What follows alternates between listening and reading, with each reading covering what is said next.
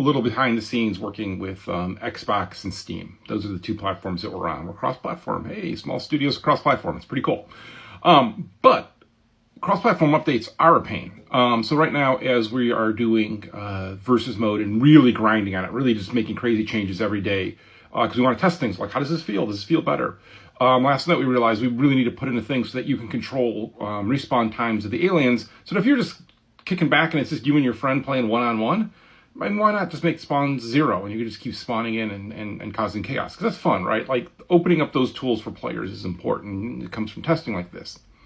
That said, probably next week or the week after, we'll start testing with Xbox players as well. The only reason why we don't do them together is Xbox takes 24 hours.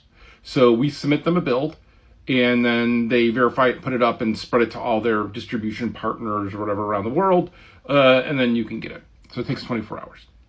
And you're like, oh my God, that's horrible, that's terrible. It used to take weeks to months. And this is why you're seeing a lot more people doing a lot more updates, is the platforms have gotten really good. Like, hats off to Xbox for doing it that quickly. That is awesome. That is a good thing, not a bad thing, right? They have gotten way quicker on how they do it, how they approach it. And what it is once you do a couple of updates and you pass everything and they see that you care and you're careful about your updates, they just put you on this, I think it's like fast track or something, where you can be within 24 hours. And I really think most of that really is about just making sure that it's not crashing, that you're using the current build stuff for anything that they change, because they'll change their platform stuff and that'll affect your game. And so we had that the other day, the platform builder we had to change.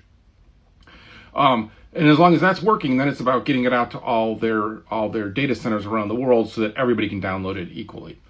Because yeah, it's crazy, right? We're tiny little developers in Seattle, and I get nodes from somebody in Korea or the Mideast playing our game, and it's like, hey, that's cool. So we want to make sure they have a good experience as well. So yes, it used to take a really long time, and it used to be a really big pain, and developers used to get beat up on it all the time of like, why are you leaving this platform behind and just doing on Steam? Well, because Steam, you could just push it that afternoon. If there's a bug, you can just instantly do it. And that's super cool.